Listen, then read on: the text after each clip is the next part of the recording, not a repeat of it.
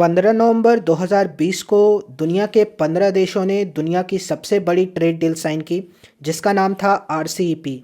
RCEP यानी regional comprehensive economic partnership.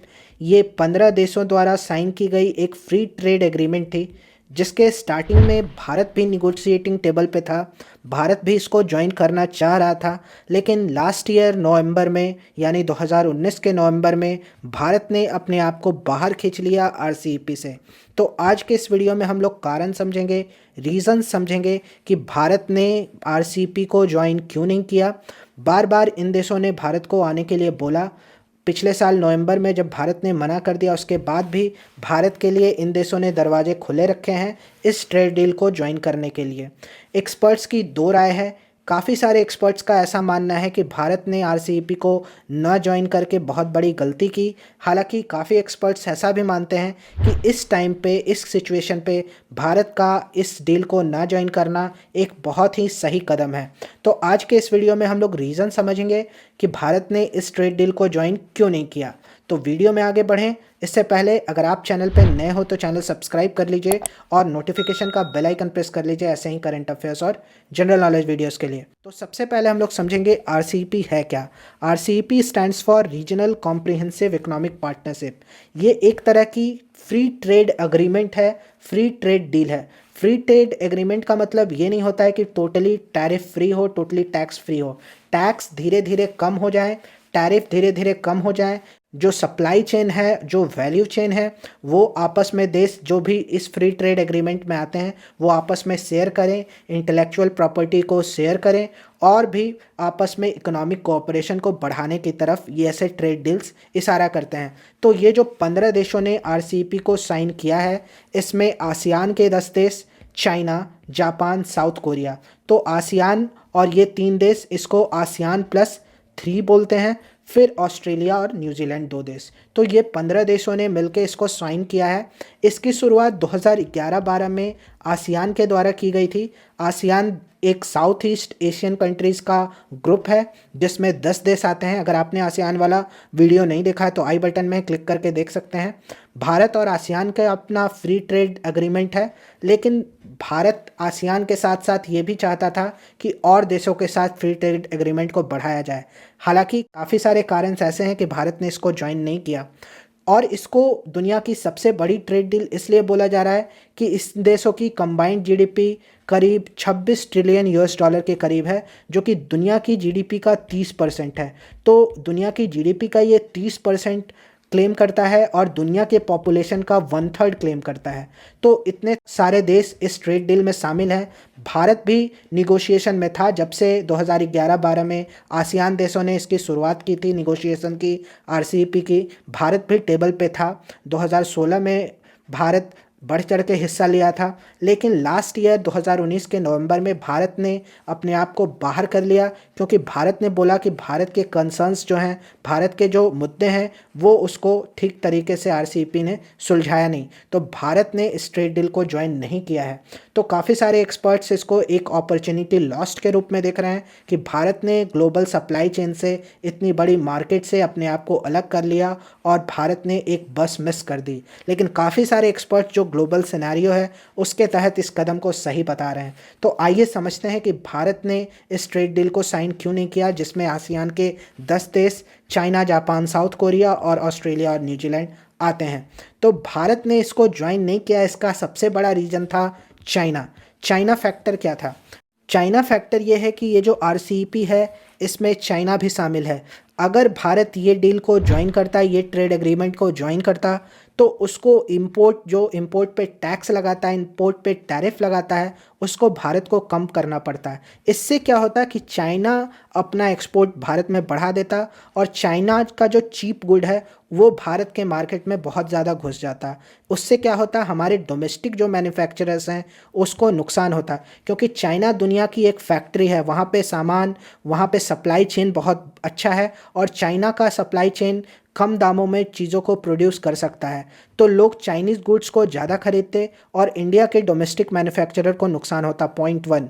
Point two ये था कि जैसे ही आप इंपोर्ट ड्यूटी यानी टैरिफ कम करते, जो पहले से हमारा ट्रेड डिफिसिट है चाइना के साथ वो काफ़ी ज़्यादा है। 2018-19 में $50 बिलियन से ऊपर था। आप ये चार्ट देखो अपने स्क्रीन पे। 2019-20 में थोड़ा कम हुआ, 2021 में पैंडमिक के कारण कम हुआ है, लेकिन ये ट्रेड डेफिसिट काफ़ी ह्यूज है। और आसियान के जितने भी देश हैं उनके साथ भारत का ट्रेड डेफिसिट है। मतलब ट्रेड डेफिसिट का मतलब हम लोग एक्सपोर्ट कम करते हैं, इंपोर्ट ज़्यादा करते हैं, उन देशों से सामान ज़्यादा खरीदते हैं। हम लोगों का इंपोर्ट ज़्यादा है इन देशों के साथ, तो इन देशों को ज़्यादा फ़ायदा होता कि इन देशों को मार्केट मिलता भारत जैसा, खास करके चाइना के चीप गुड्स के लिए इंडिया एक डंपिंग ग्राउंड बन जाता।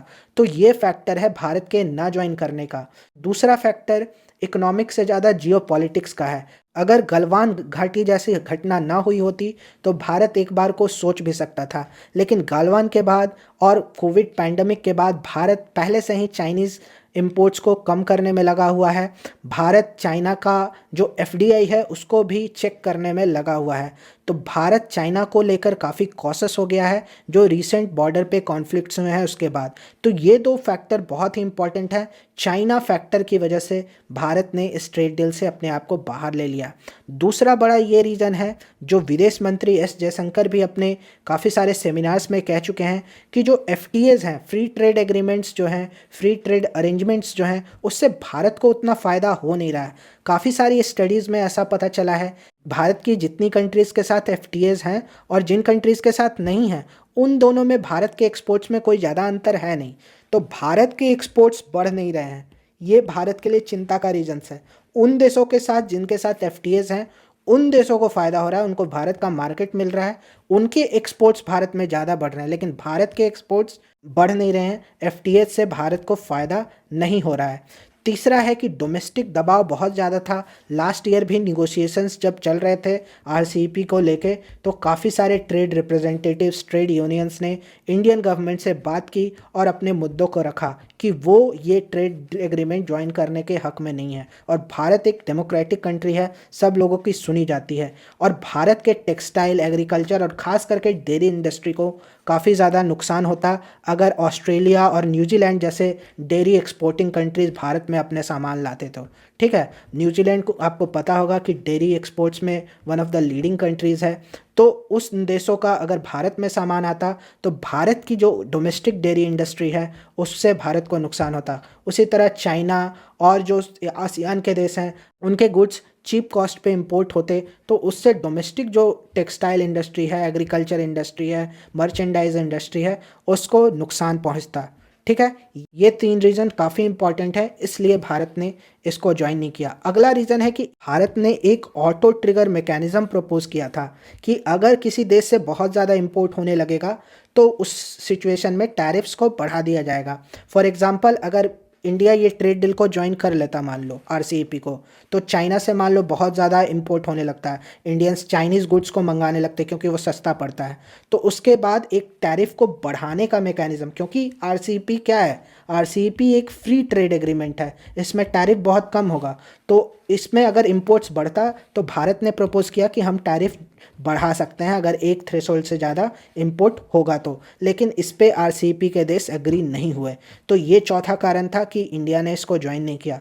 और पांचवा बड़ा कारण है कि आप ये अपने स्क्रीन पे चार्ट देखो, इसमें जितने भी आरसीईपी के देश हैं उनके साथ भारत की ट्रेड डेफिसिट है। मैंने आपको बताया ट्रेड डेफिसिट मतलब भारत एक्सपोर्ट कम करता है, इंपोर्ट ज़्यादा करता है। मतलब उन देशों का फ़ायदा हो रहा है, वो देश हमारे देश में सामान अपना बेच रहे हैं। और भारत जैसा ल्यूक्रेटिव मार्केट, भारत जैसा बड़ा बाज़ार हर देश को अपनी तरफ आकर्षित करता है। तो इन देशों के साथ हमारे ट्रेड डेफिसिट हैं और भारत का एक्सपोर्ट बढ़ नहीं रहा है इन देशों के साथ। तो ये हमारे लिए एक चैलेंज क्रिएट करता है। हमारा अगर ट्रेड डेफिसिट होगा तो हमारे बैलेंस ऑफ पेमेंट पे असर पड़ता है, हमारे करेंसी पे असर करता है। इन देशों के लिए तो फ़ायदा हो रहा है, लेकिन हमको फ़ायदा नहीं हो रहा है इन फ्री ट्रेड एग्रीमेंट से। ये भी वन ऑफ द रीज़न्स है कि भारत ने इस ट्रेड डील को, जो कि आरसीईपी के नाम से है, उसको ज्वाइन नहीं किया। ठीक है, तो सबसे बड़ा रीज़न चाइना ही है।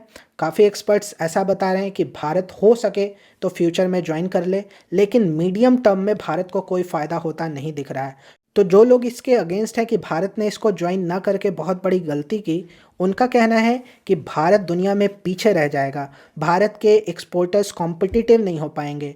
हालांकि ये आर्ग्यूमेंट अभी के सिचुएशन के हिसाब से उतनी सही नहीं है, क्योंकि ग्लोबल पैंडमिक की वजह से भारत के डोमेस्टिक मैन्युफैक्चरर्स सप्लाई चेन उनकी कमर ऐसे ही टूटी हुई है।